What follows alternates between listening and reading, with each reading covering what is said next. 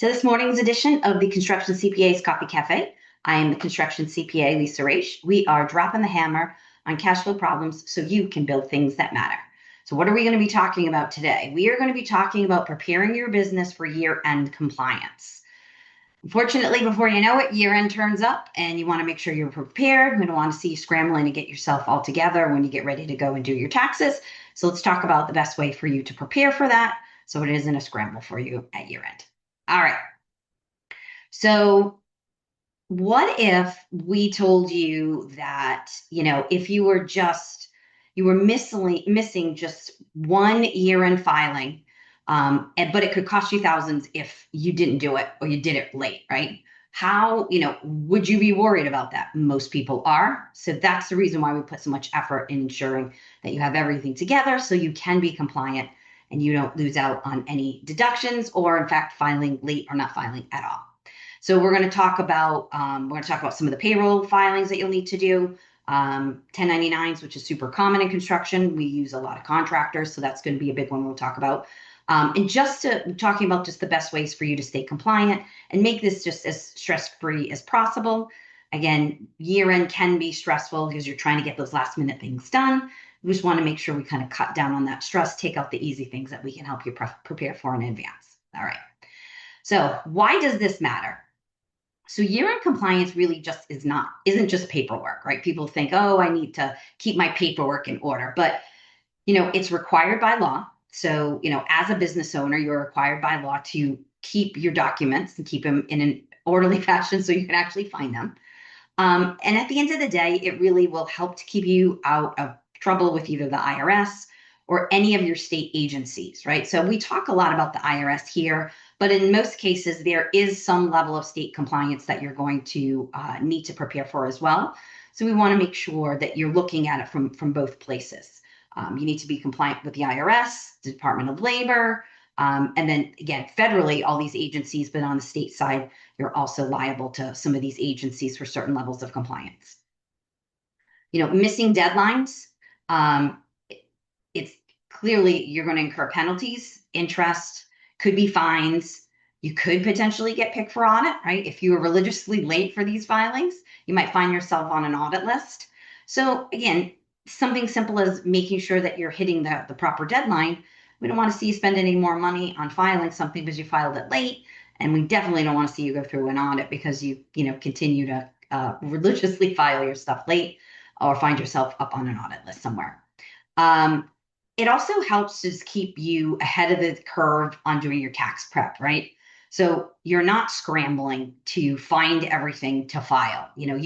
You've aggregated it throughout the year, or you've spent some time at year end putting everything together in an orderly fashion so that you can in fact find it.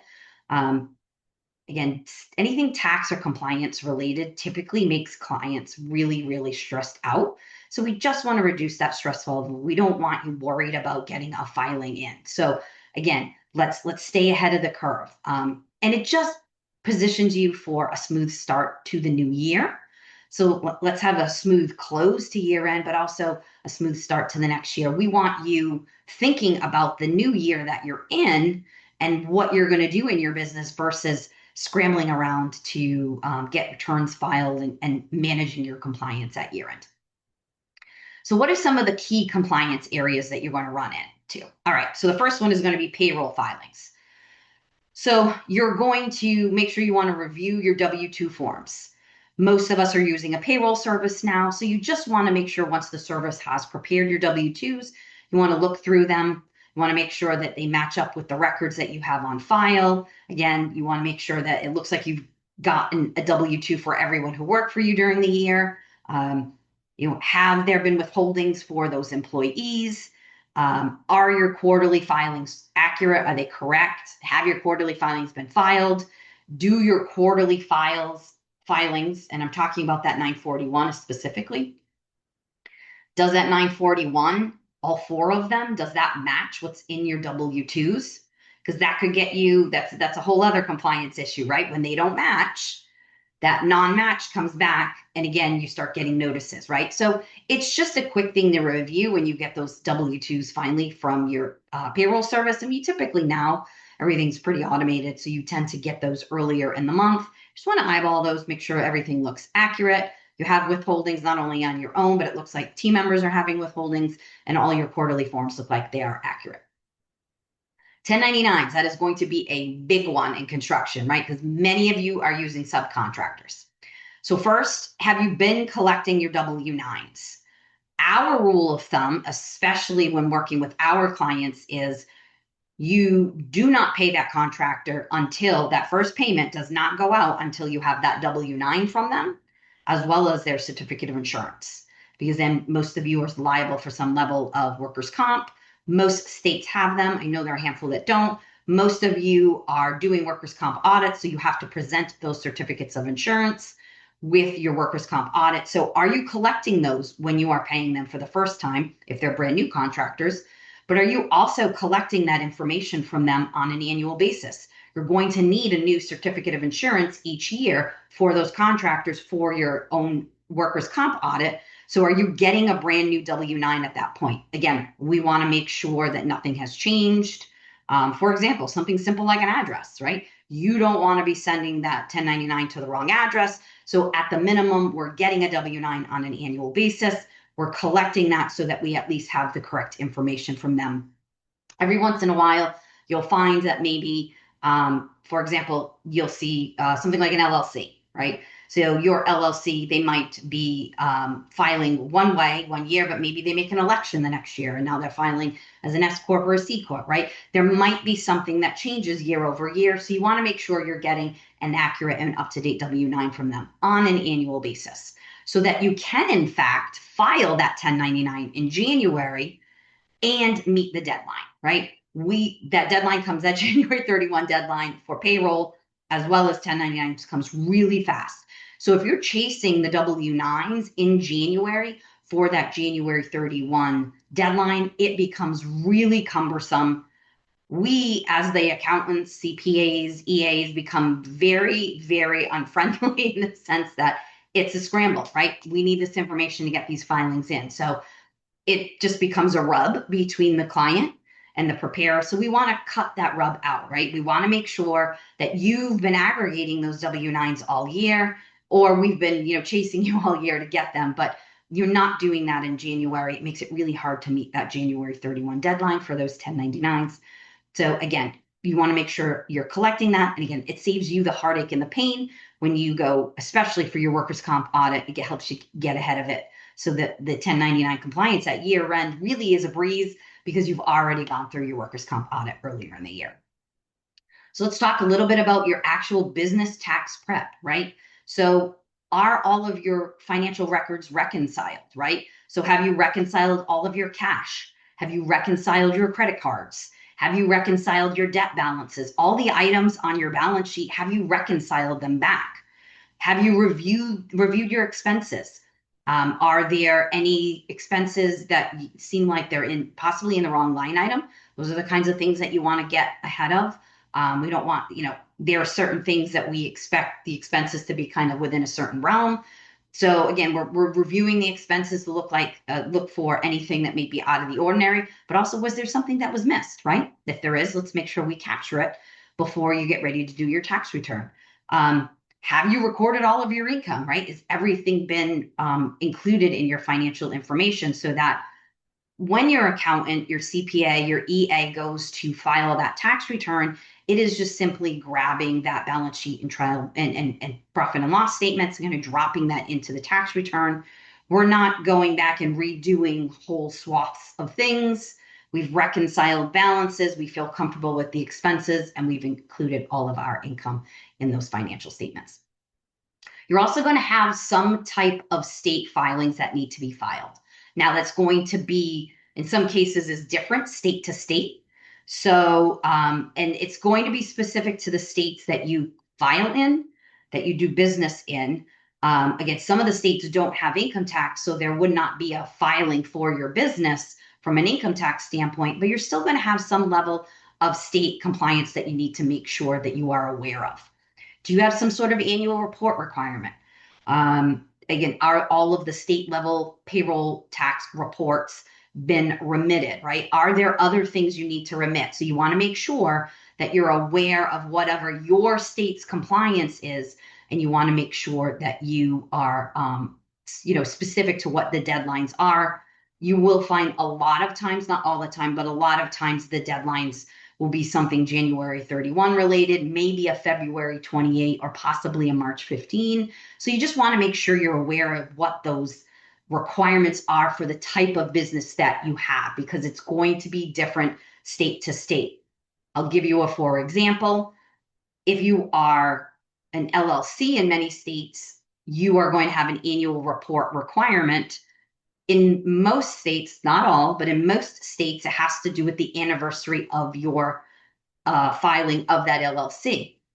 If you're an S Corp or C Corp in a lot of states, your annual report filing is going to be due somewhere around the time that the actual business tax filing is due, which would be somewhere around the March 15 deadline.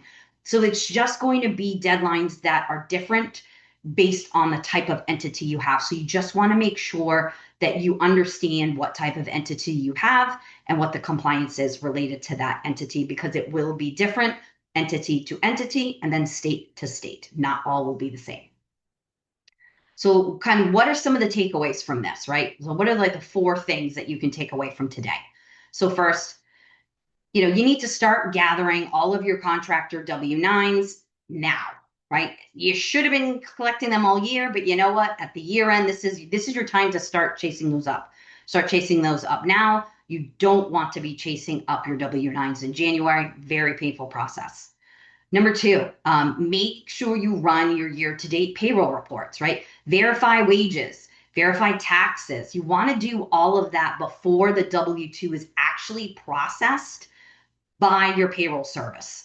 It is very hard, or it can be complicated and expensive to go back after the fact and ask your payroll service to make revisions to the W-2s.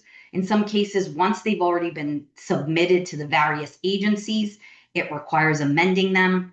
Amending them is a process. It's timely. And in most cases, your payroll service is going to charge you money in order to redo those W-2s. So you want to make sure you just review that information before that 12/31 date, because in many cases, they're going to start processing W-2s in the beginning of the next year. You want to grab that before they actually get submitted to the tax authorities, the Social Security Administration, etc. Grab them before they go in. It's a lot easier to do that versus having, once you need to make a revision, you're making a revision with more than one agency, and it just becomes complicated, time consuming, and can be expensive for you as the client. So you want to make sure you get ahead of that. Make sure you're reconciling your bank accounts, your credit card accounts, your liability accounts on your balance sheet. Make sure your numbers are as accurate as possible for your tax prep. You really just want to be able to take that information from the balance sheet and profit and loss and drop that into a tax return. Again, if you're having to make major revisions before the CPA gets it, now you've dragged it out for possibly a number of months, and we're past the deadline, we're filing extensions and so on. It just becomes really cumbersome for all involved. The CPA is waiting for you, and then you're in fact having to go back and make major changes on your side. It's just painful for all. So take that time, reconcile everything prior to the close of the year so that you know that you have a good solid set of financial information that can just be picked up and dropped into a tax return. And the last thing, the 4th thing, is make sure you're aware of what your actual compliance deadlines are. What are your IRS deadlines? What are your state deadlines? Do you have state, Department of Revenue type of deadlines or anything related to payroll taxes? Those are typically going to be different agencies. They may have the same due date, but those are going to be different agencies. So you want to make sure you understand who the agencies are and what the deadlines are on those, so that you can drop them in your calendar and make sure you will avoid any kind of penalties or interest or late fees or anything related to that. No need to spend additional money on compliance. So you want to make sure that you're ahead of that. So drop them in your calendar. Give yourself a 5-day warning notice, before a deadline. Make sure everything gets in a timely fashion. So to recap, year-end compliance, you can avoid penalties, interest, fees, and just make it a smoother tax season. Tax and anything related to it typically is stressful. So let's just minimize the stress level for you. You already have enough as a business owner, keeping track of everything else. Let's make the year-end compliance piece a lot easier to deal with. Like anything else, you want to act on it earlier. So you want to make sure that you're planning ahead, you're aware what the deadlines are. And honestly, when it comes to year-end 1099 and payroll related compliance, all that's going to be due on January 31. So no one wants to be scrambling in the last weeks of January in order to get all these things in.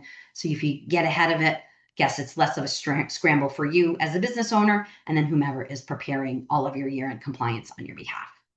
And so, like we always say, planning ahead will always help you. So drop all those appropriate dates to you, your business, and the state that you're in, and make sure you keep ahead of that. As always, we look forward to seeing you here every Friday. Follow us here on Facebook, YouTube, Instagram. We are at the Construction CPA. I look forward to seeing you here every week, and I'll see you next week.